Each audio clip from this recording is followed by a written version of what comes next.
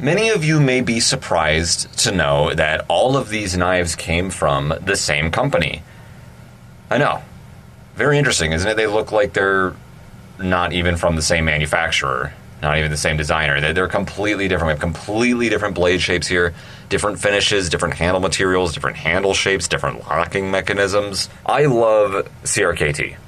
All of these knives are from Colombia River Knife and Tool. They're starting to become one of my favorite knife companies ever. I pretty much like every knife company. There's a couple exceptions that I'm typically not wowed by, but CRKT has three major things going for them: variety, innovation, and affordability.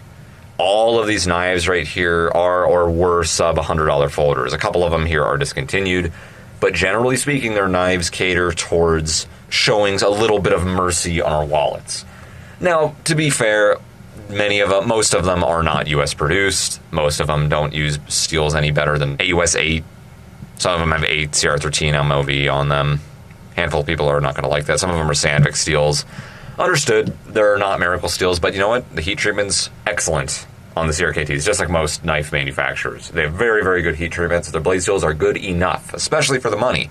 Spending less than $100 on a knife. This fossil right here, beautiful knife. Here looks like some dinosaur bones. It's really cool. One of my favorite knives ever. I think this one's about $50. The Foresight, one of my favorite knives of all time, not just one of my favorite CRKTs. So comfortable, so beautiful, so sexy. At the time, these were about $70. Their prices have fluctuated throughout the years, and their design has changed a little bit, so I can't say for sure. Cheap one right here, about $30 or so. On the Piet, BT Fighter, another one of my favorites. Little button lock on there, IKBS ball bearing system. Again, closer to $50 or so. They're no longer making these bukus, but again, these were like $40, $45 when they came out. If you find them now, they're going to be a little bit more expensive. This one was a little bit pricier, $75, $80 when it came out, the Eraser, but these are also discontinued, so they're usually over $100 if you do find them currently as I'm filming this. One of my favorite knives ever as well. The Ritual. This one you can still currently get for around $80. Assisted, also has the IKBS system on there. $30, $35 knife right here, the Outrage. One of my favorites is right up here. I just got this one recently, the Otanashi no Ken. Damn. Super long, super sexy blade. Traditional Tonto on there, a steel frame lock. G10 handle scale on the other side of the locks. Mechanism on there. Again, completely different blade shapes, styles, finishes are different. The handle shapes are different, locking mechanisms are different. We have frame locks, we have liner locks, we have button locks.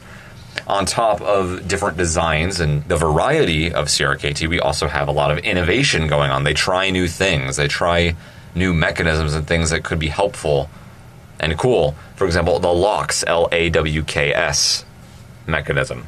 That's this little guy right here. Boop. A lock for the lock. I have a video explaining how that works exactly.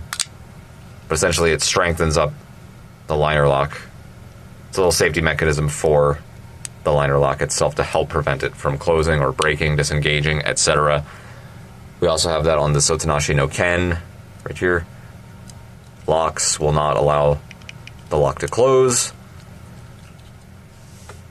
Another innovative thing, the IKBS ball bearing system. Other companies are using ball bearings right now, but this was one of the first ones, I believe, to use them. I know the Fossil has the IKBS on there. That little symbol right there indicates that it has it.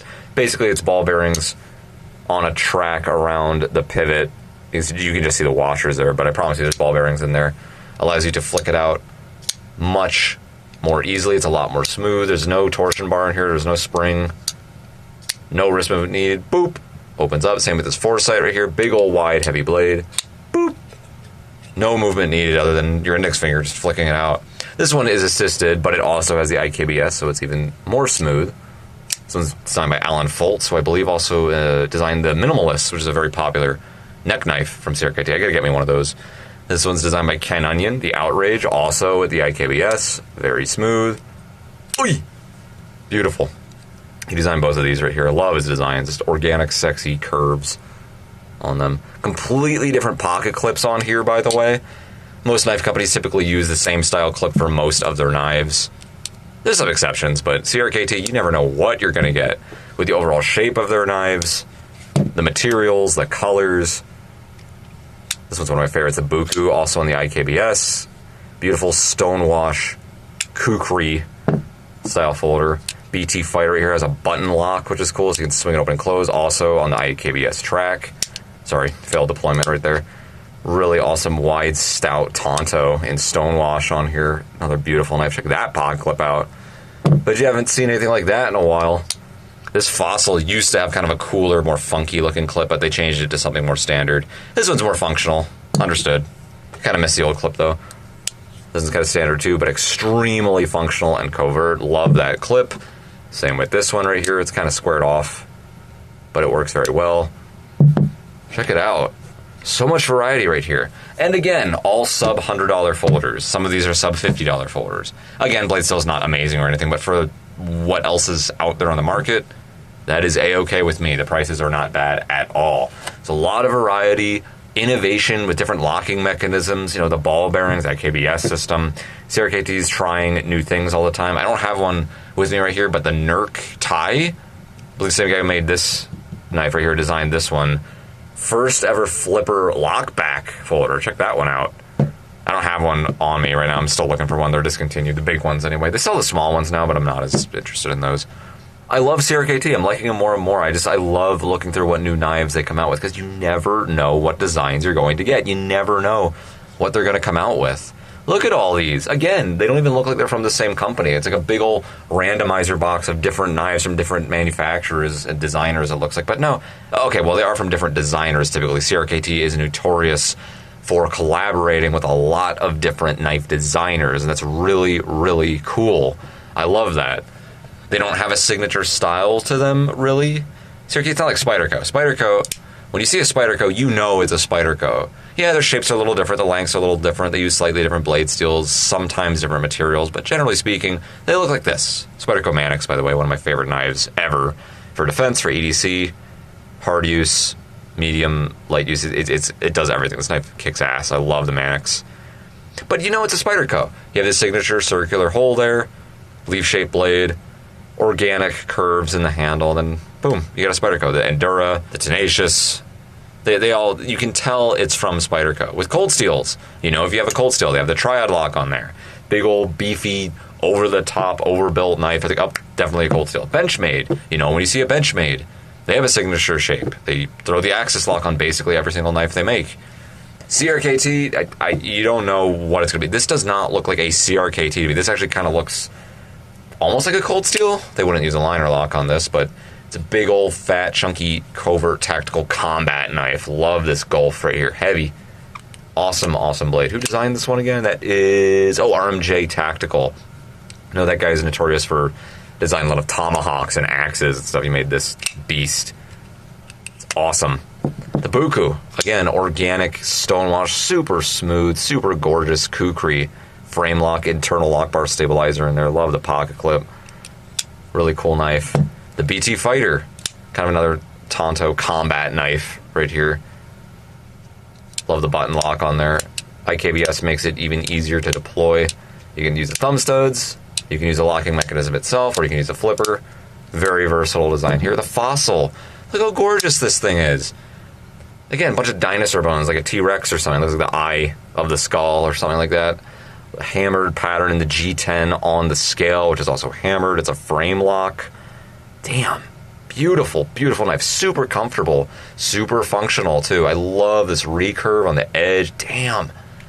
Gorgeous knife. $50 right here. Just about $50. Blade steel is, I think it's something that a lot of people don't like, and I can't remember what it is. It's not written on here. I want to say it's AUS 8, but it could be something different. I forget. One of my favorite knives ever, the Otanashi no Ken. Beautiful, almost like a matte finish black stainless steel frame lock. I have the manual locks on there. Gorgeous Japanese inscriptions right there. If that is Japanese, I'm pretty sure it's Japanese, but I could be wrong. Beautiful.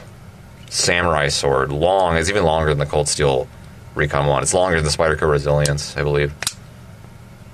Awesome, awesome knife. Who made this one? This was Williams. Lee Williams, I think his name is. This one's Alan Foltz, like I said. When have you seen a knife like this? Extreme Persian blade. Blue and white. Very beautiful, elegant looking, shiny gorgeous knife. Absolutely functional too. It is extreme, but it's comfortable, it's functional, it works very well, carries well. This one is kind of a sleeper. A lot of people are not familiar with this one, haven't seen it, but gorgeous, beefy, chunky knife. On there, a lot to hold on to. Love this blade. Amazing. Absolutely amazing. I like all knife companies pretty much, but again, the innovation, the variety, and the low prices are what makes CRKT so awesome in my mind. Keep on rocking and rolling.